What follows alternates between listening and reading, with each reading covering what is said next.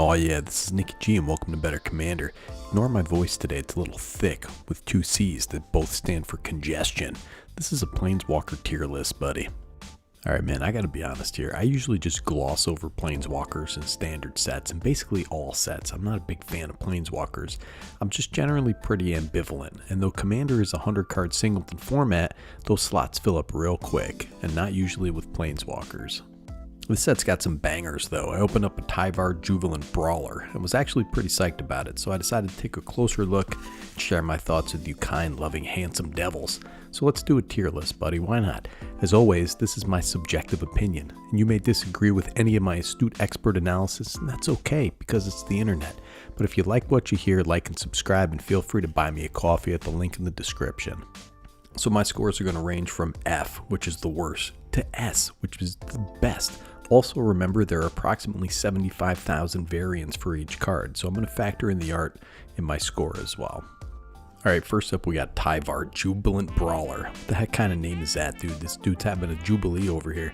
1 black and a green for a legendary Planeswalker Tivar. Loyalty starting is 3. You may activate abilities of creatures you control as though those creatures had haste. Has +1 untap up to 1 target creature, -2 mill 3 cards, then you may return a creature card with mana value 2 or less from your graveyard to the battlefield.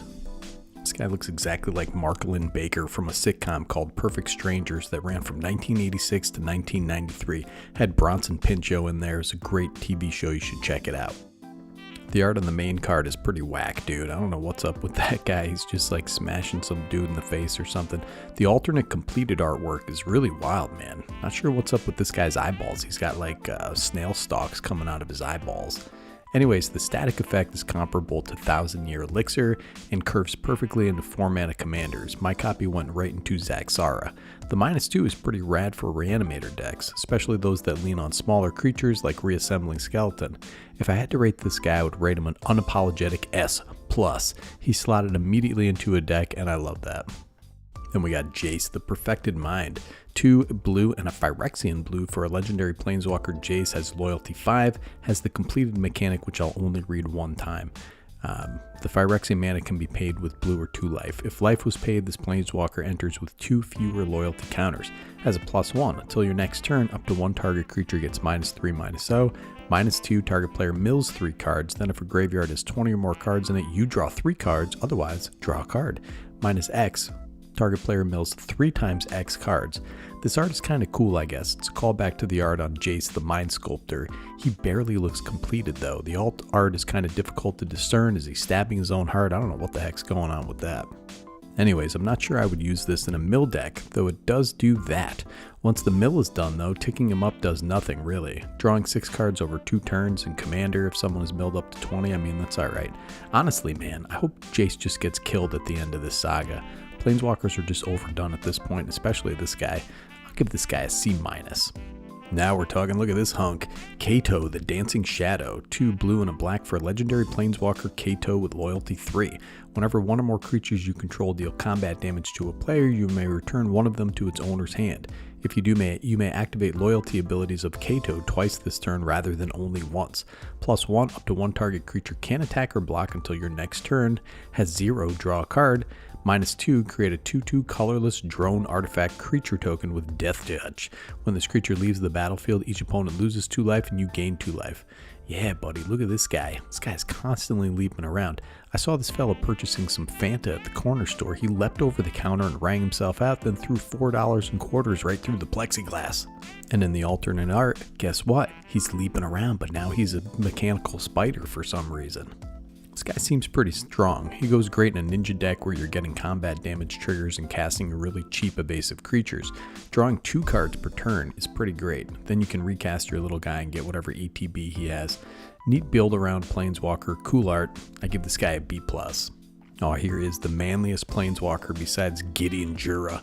Koth, Fire of Resistance. He's 2 red for a legendary Planeswalker. Koth has loyalty 4. +2, search your library for a basic mountain, reveal it, put it in your hand, then shuffle. -3, Koth deals damage to target creature equal to the number of mountains you control. -7, you get an emblem. Whenever a mountain enters the battlefield under your control, this emblem deals 4 damage to any target. Koth is cool, man. Both arts in the store championship art are pretty dope. This guy looks like a warrior. It looks like he's out there doing some stuff to the Phyrexians. The +2 is great in a mono red deck. The -3 is great damage based control, and the -7 is doable and pretty nasty late game, especially if you have damage doublers. I can see this slotting into a Mountains Matter deck, mono red deck. Reminds me of Liliana of the Dark Realms, very similar abilities. This guy gets a solid C+ for me. Oh, look at this art, dude. Nahiri the Unforgiving. Now this casting cost is going to give me an aneurysm. So it's 1 and a red-white Phyrexian and a white. Legendary Planeswalker Nahiri Loyalty 5 she has completed. +1 until your next turn, up to 1 target creature attacks a player, each combat if able. +1, discard a card, then draw a card, and 0, exile target creature or equipment card with mana value less than Nahiri's Loyalty from your graveyard. Create a token that's a copy of it. That token gains haste, exile at the beginning of the next end step.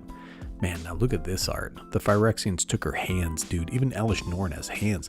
She looks awesome. She looks completed.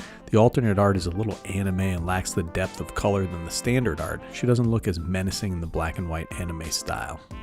Her abilities work really well together to stack your graveyard to sneak attack something in. I feel like the artifact option is nice and all, but that 0 ability says creature, man. That's all I really care about.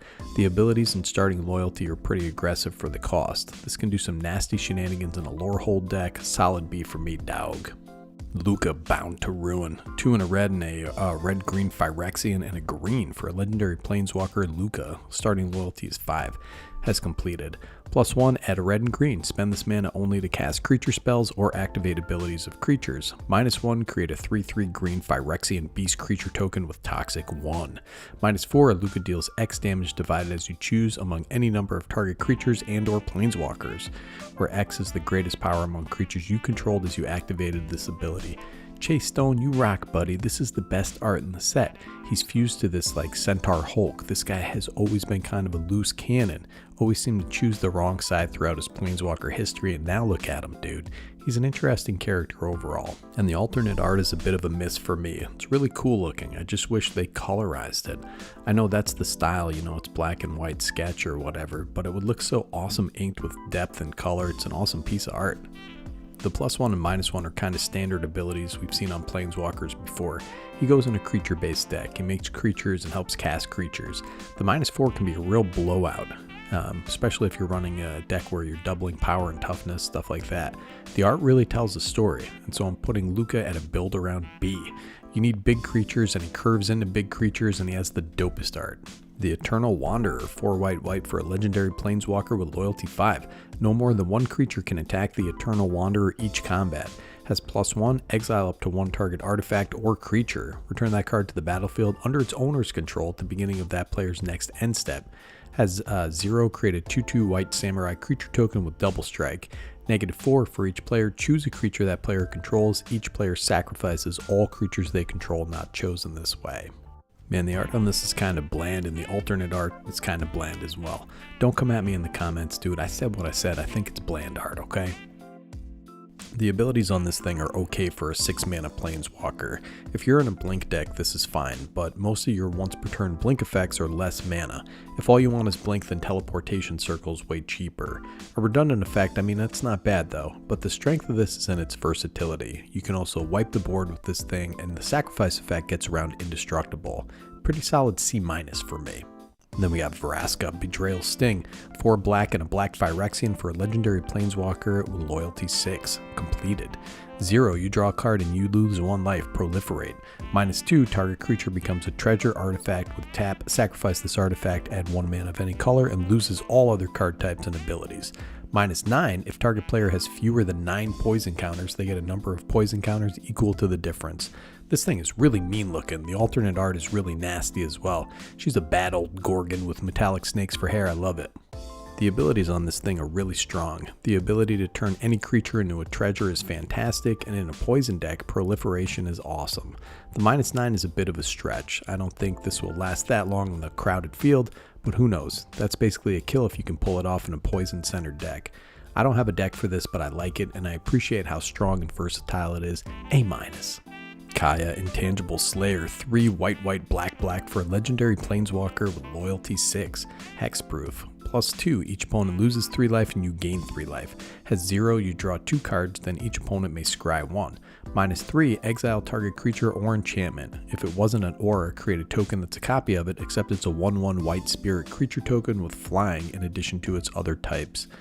The art, again, it's kind of bland. I mean, she even looks bored in the art. The alternate art is fine, I guess, but also pretty bland. The abilities you have here are really strong.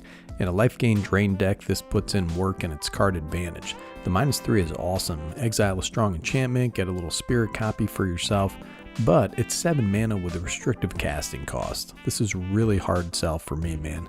I don't think I'm running this anywhere. I'll give it an F+. And last but not least, we have Nissa, Ascended Animist, 3 green Phyrexian for a legendary Planeswalker Nissa with loyalty 7, completed. +1, create an XX green Phyrexian horror creature token where X is Nissa Ascended Animist loyalty. -1, destroy target artifact or enchantment. -7, until end of turn, creatures you control get +1/+1 for each forest you control and gain trample. I mean, the art is really rad on both of these. Chase Stone, this guy's killing it out there again and again with a real menacing Planeswalker. She's got extra arms, she's got lots of tentacles. Everybody loves tentacles, right? I mean, listen, you want this on turn 7 with 6+4s out there. Get that -7 to Crater Hoof everybody down to nothing. But there are better overrun effects, I think. Again, you can amp that up in a landfall deck for a knockout blow. Nobody's playing just 1 forest per turn in a mono green landfall deck. Get those rampant growths and nature lures out there. Part of what you're paying for is versatility, and the creature creation and the removal are both great abilities on this Planeswalker. This is a A-. I would run this in a landfall big mana deck. 7 mana is nothing in those types of decks. And that's my tier list, buddy. I'm sure in 3 months somebody's going to tell me how terribly wrong I was, but you know, that's the fun of the internet. You can be wrong all you want, it doesn't matter as long as people click on the video, am I right? I'm not a huge fan of Planeswalkers and Commander, but if I opened some of these, I would make room in certain decks. There's a lot of build-arounds. I don't think any of these are super staples. They have niche areas where they can excel, and that's fine for a standard set. Anyways, thanks for watching. Share your favorite Planeswalker with me, with your mom, with your girlfriend, with your boss. Even if they know nothing about Magic the Gathering, it's great if you can just tell them why a fictional character is no longer your girlfriend. Snicky G from Better Commander signing off.